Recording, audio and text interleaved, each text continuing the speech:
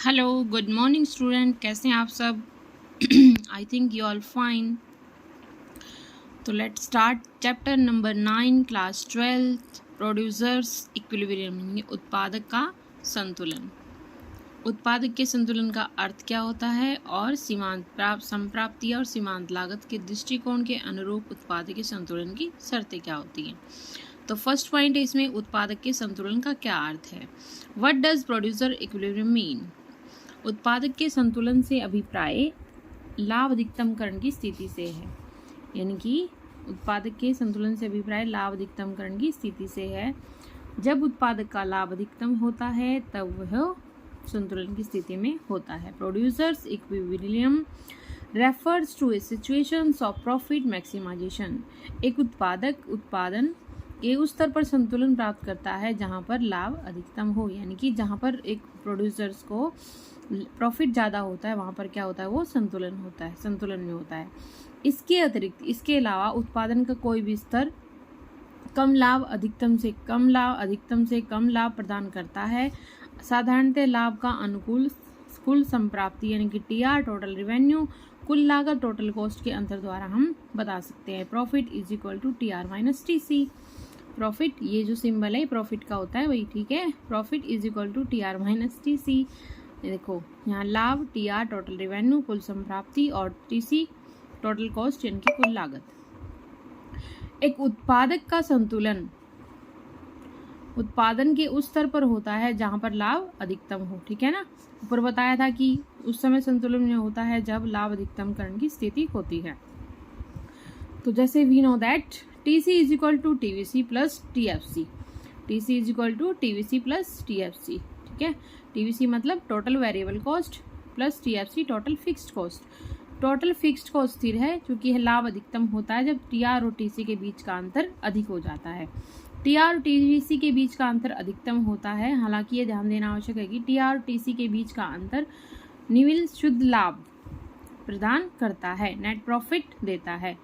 Okay, जितना TR और TC के बीच अंतर होगा उतना ही हमें शुद्ध लाभ की प्राप्ति होगी। टीआर एंड टीसी के बीच का अंतर सकल लाभ ग्रॉस प्रॉफिट प्रदान करता है। This is very important point है भाई, टीआर और टीसी। अब नेक्स्ट देखिए ग्रॉस एवं निविल शुद्ध लाभ। ग्रॉस एवं नेट प्रॉफिट्स सकल लाभ टीआर माइनस टीवीसी। निविल शुद्ध लाभ is equal to TR minus TVC plus में टीएफसी। ओके, तो ये हमारा आ जाएगा टीआर माइनस में TFC plus TR minus TC, क्योंकि टीएफसी प्लस टीवीसी किसके इक्वल होता है, टीसी के। तो इसकी जगह पर हम टीसी लिखेंगे। तो निविल लाभ क्या हो गया हमारे पास, टीआर माइनस टीसी, ठीक है। इसका अंतर जितना अधिक होगा उतनी ही लाभ की संभावना ज़्यादा होगी। अब देखिए इसकी शर्तें क्या हैं।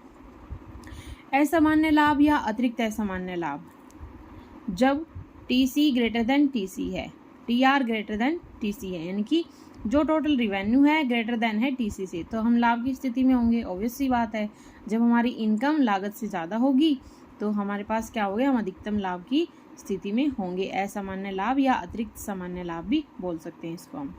ओके, जब टीआर ग्रेटर देन टीसी। अब देखो इसने थोड़ा सा डिफाइन किया हुआ है भाई, TR upon Q greater than TR upon Q, ठीक है। तो टीआर अपॉन क्यू किसके इक्वल होता है, एआर के, ग्रेटर देन। अब टीसी अपॉन क्यू किसके इक्वल होता है, एसी के, एवरेज कॉस्ट और एवरेज रिवेन्यू, ठीक है। यहाँ पे एवरेज रिवेन्यू ग्रेटर देन है एवरेज कॉस्ट से, ठीक है। जितनी एक वस्तु को बनाने में लागत आई है उससे ज़्यादा उसमें हमें इनकम प्राप्त हुई है, ये मतलब होता है इसका, ठीक है। Average revenue greater than average cost, जैसा कि वी नो दैट, देखो यहाँ पे दिखाया हुआ है TR upon Q is equal to AR, TC upon Q is equal to AC, ठीक है। अब देखो नॉर्मल प्रॉफिट्स। नॉर्मल प्रॉफिट कब मिलते हैं, जब TR is equal to TC होता है। Okay, TR is equal to TC, TR upon Q is equal to TC upon Q, वही जो ऊपर पढ़ा था हमने। टीआर अपॉन क्यू होता है एआर होता है हमारे पास, और टीसी अपॉन क्यू होता है एसी होता है। Total average revenue is equal to average cost इक्वल होते हैं, तब हमारे पास नॉर्मल प्रॉफिट। अब देखो नेक्स्ट पॉइंट, उप सामान्य लाभ या हानि, सब नॉर्मल प्रॉफिट और लॉसेस जब टीआर लेस देन टीसी होता है, एआर लेस देन एसी होता है, तो हमारे पास क्या होता है, उप सामान्य लाभ या हानि की स्थिति होती है। सामान्य लाभ की स्थिति TR is equal to TC.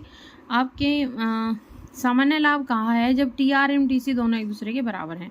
सामान्य लाभ जब होता है जब उत्पादक केवल अपने उत्पादन की कुल लागत ही निकाल पा रहा है, ठीक है ना भाई। जब हमें अपनी इनकम और कॉस्ट किसी भी चीज़ को बेचने से हमें जो इनकम हो रही है उसकी कॉस्ट के बराबर हो रही है, तो हम सामान्य लाभ की स्थिति में, ठीक है। क्योंकि ना हमें ज़्यादा प्रॉफिट हो रहा है ना हमें ज़्यादा लॉस हो रहा है, क्योंकि हमें जितनी लागत लगाई थी उतनी रिवेन्यू हम उस चीज़ से ले रहे हैं, तो हम ज़्यादा प्रॉफिट में नहीं है ना ही लॉस में है, तो सामान्य लाभ की स्थिति में है, ठीक है।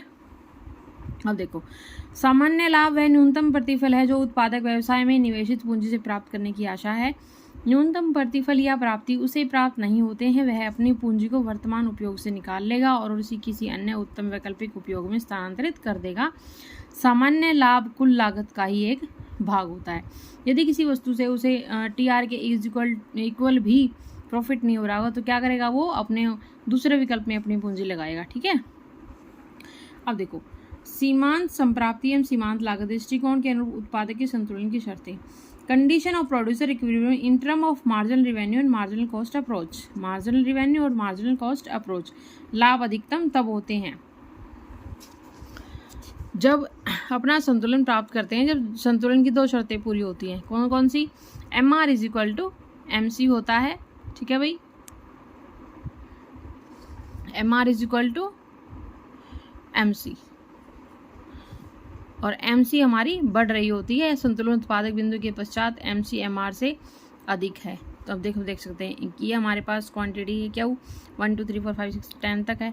एम आर देखो 12 एम सी 15 है, 12 है, यानी कि एम सी होता है मार्जिनल कॉस्ट, ठीक है। तो ये पहले 15 है, फिर उसके बाद थोड़ी घटेगी, फिर बढ़ती दर पर फिर कम हो जाएगी, फिर धीरे धीरे उसी रेंज में आने शुरू हो जाती है, ठीक है। अब ये आपको डायग्राम से समझ में आएगा भाई, इतनी थ्योरी समझ में आएगी ऐसे। अब देखो सिचुएशन देखो, M R is equal to M C एवं एम सी गिर रही है। T R is equal to summation of M R 12 + 12 24। T V C क्या है हमारे पास? Summation of M C 15 plus में 12 27। और अब देखो टोटल प्रॉफिट क्या होगा? T R minus T V C is equal to 24 - 27, क्या आ गया हमारे पास? -3। देखो हाँ, जब production 10 M R is equal to M C एवं एम सी बढ़ रही है तो T R is equal to summation of M R. T R हमारे पास क्या होता है? एम आर का जोड़, तो 120 आ गया। टी वी सी क्या है? समिनेशन ऑफ एम सी का जोड़ है, ठीक है। ये एम सी का जोड़ हमने कर दिया जो दिया हुआ था पीछे।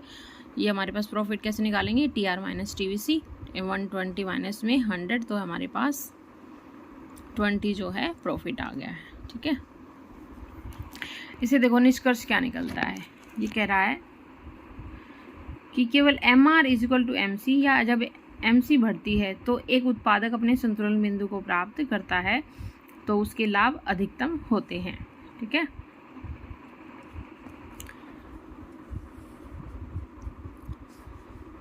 जितना हमारा टीसी और टीआर का डिफरेंस बढ़ता है उतनी एक जो प्रोड्यूसर होता है उसको उतना ज़्यादा ही लाभ होता है।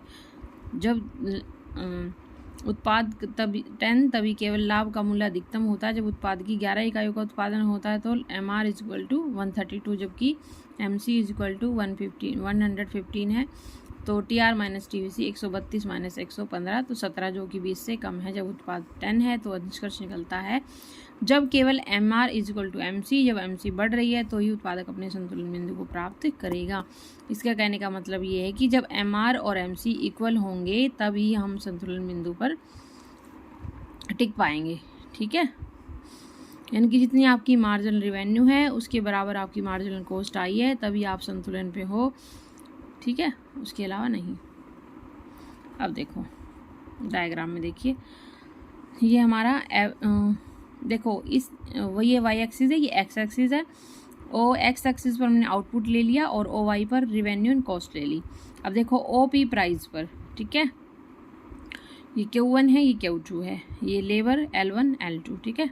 अब देखो ओ पी प्राइस, ये ओ Q1 L1, उसके बाद एम सी पहले क्या आया? बढ़ी, फिर घटेगी, फिर बढ़नी शुरू हो जाएगी, ठीक है। ये Q2 पॉइंट है। अब देखो यहाँ ये वाली लाइन जो है हमारी,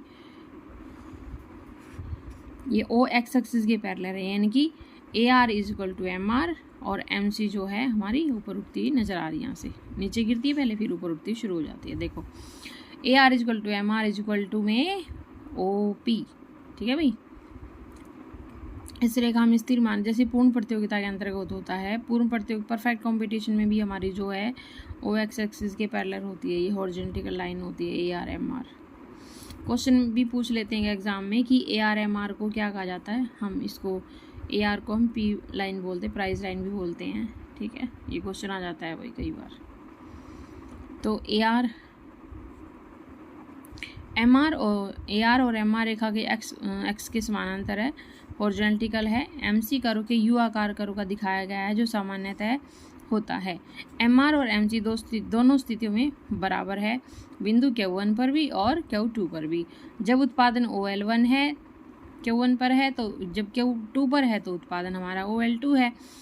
तो MC गिर रही है परंतु MC बढ़ रही है, ठीक है। तो हम जानते हैं कि TR इक्वल टू MR के अंदर का क्षेत्रफल एक दिए हुए उत्पादन के स्तर के अनुरूप है, जो ये है OQL OQ2, ठीक। TVC इक्वल टू MC क्षेत्रफल इसके बराबर है। तो ये कह रहा है कि एक फर्म अपनी लागतें भी निकाल पा रही है, एक फर्म के उत्पादन के लिए व्यवहारिक स्थिति नहीं होगी, ठीक है। जब कोई भी फर्म अपनी जितनी लागत लगाई है उतनी नहीं निकाल पा रही है तो वो फर्म सामान्य लाभ की स्थिति में नहीं होगी, यानी कि वो काम करना नहीं चाहेगी, ठीक है। ये कंडीशन है वही कि MR इक्वल टू MC होनी चाहिए, तभी कोई फर्म सामान्य संतुलन की स्थिति में या तभी कोई फर्म किसी उद्योग में काम कर पाएगी, ठीक है। अब देखो